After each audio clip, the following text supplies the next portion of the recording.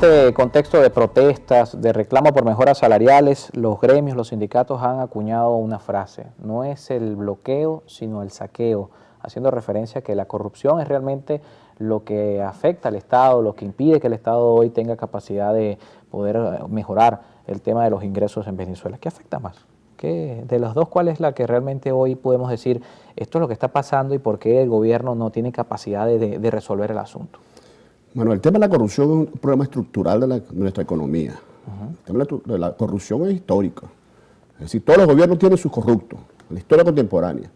Y tú te pones a analizar desde Carlos Andrés I, pasando después Luis Herrera, Jaime Lucinchi, después Caldós, que fue también acusado de corrupción, después vino Caldera II, Hugo Chávez también tuvo sus grandes corruptos allí, y Nicolás Maduro ha tenido gente corrupta en el gobierno. Es decir, es un mal. Mira, que eso hay que buscar mecanismos de extirparlo. Todos los presidentes en proceso electoral te ofrecen y ganan. Muchos han ganado por eso. Mira, Luis Herrera ganó con esa propuesta. Vamos a acabar con la corrupción de Carlos Andrés.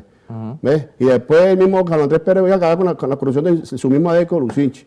Y Chávez, me recuerdo yo la última entrevista que hizo Alfredo Peña a pocos días de elecciones en 98, él dijo, la constituyente para acabar con la corrupción. Es decir, esa ha sido siempre la propuesta. Ha sido siempre la bandera de todo. Y mira, cuando tú puedes analizar los casos de corrupción, que yo me lo he estudiado, mira, y tengo un libro escrito sobre ese tema, los corruptos no saben robarse $100, $300, una medicina. No, se sabe robar esto de $1.000 millones, $3.000 millones, es un saqueo. Es decir, ese fenómeno estructural, eso hay que repudiarlo, de hecho, ¿no? Pero hay que buscar una solución radical. Claro. Radical.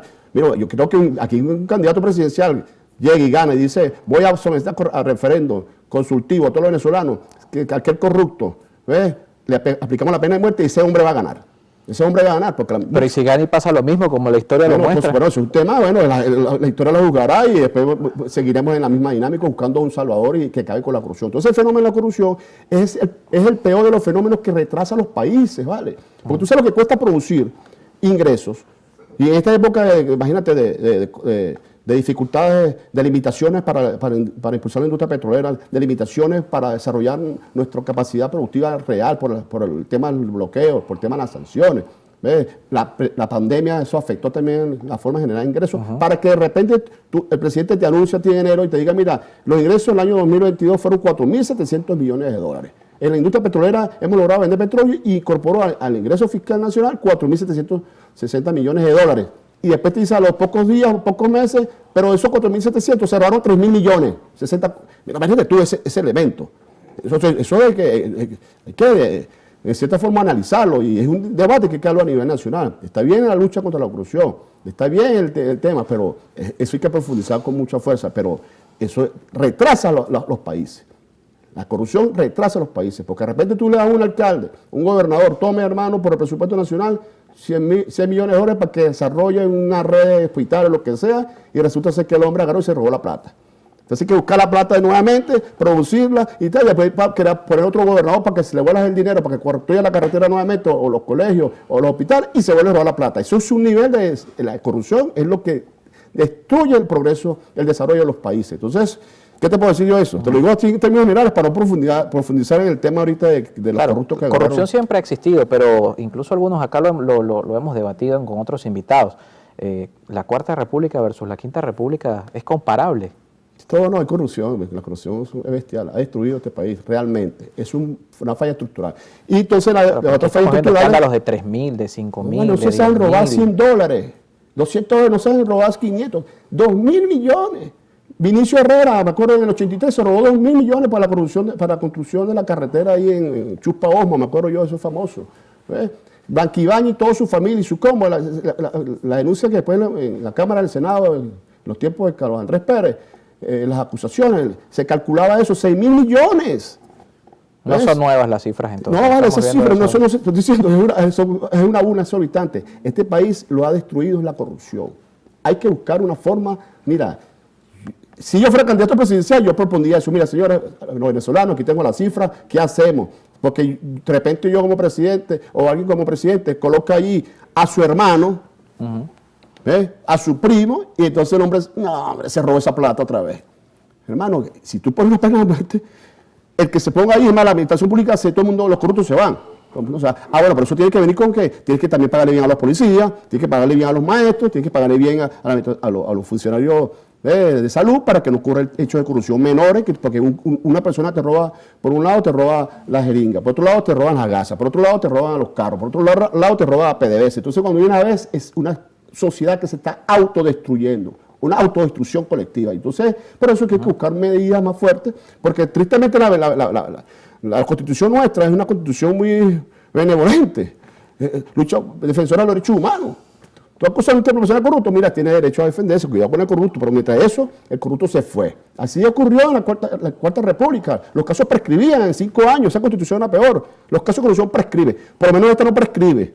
Por lo menos esta que no prescribe. Algún día, bueno, alguien desempoderará un caso de corrupción y se abrirán las averiguaciones, se investigará la familia. Esa ley de extinción de dominio es un avance, es un avance. ¿Pues? Bueno, hay quienes se preocupan por esa ley.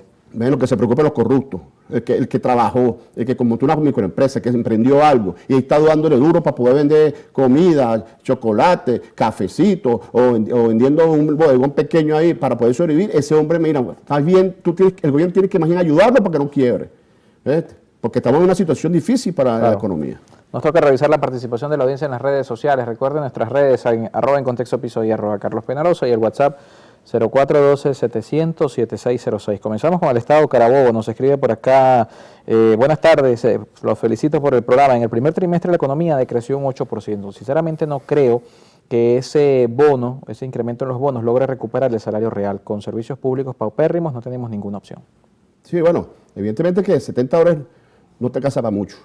No alcanza para mucho, 70 más 5 o 6 dólares. Ponte que un trabajador de la administración pública con su actividad, con todas las cosas y siendo director de la empresa o un ministerio, gane 150, 200 dólares.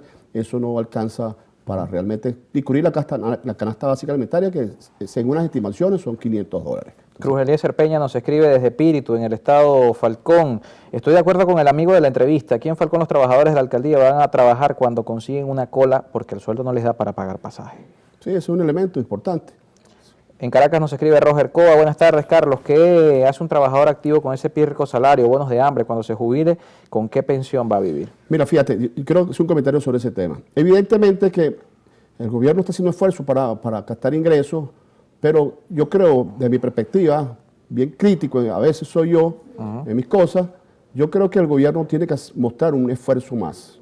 Tiene que, sobre todo, mostrarle al pueblo, mira, sacrifíquense. Le pide al pueblo, sacrifíquense. Ahora vienen, siguen sacrificándose. Resulta ser, pero bueno, pero ¿qué sacrificio están haciendo en el Estado? Entonces, ¿tú crees que hay que ponderar las cosas? Yo creo que ese será el gasto público. Yo creo que el presidente tiene que mostrarle al país, mira señora, aquí está, mira, los ingresos son esto y esto.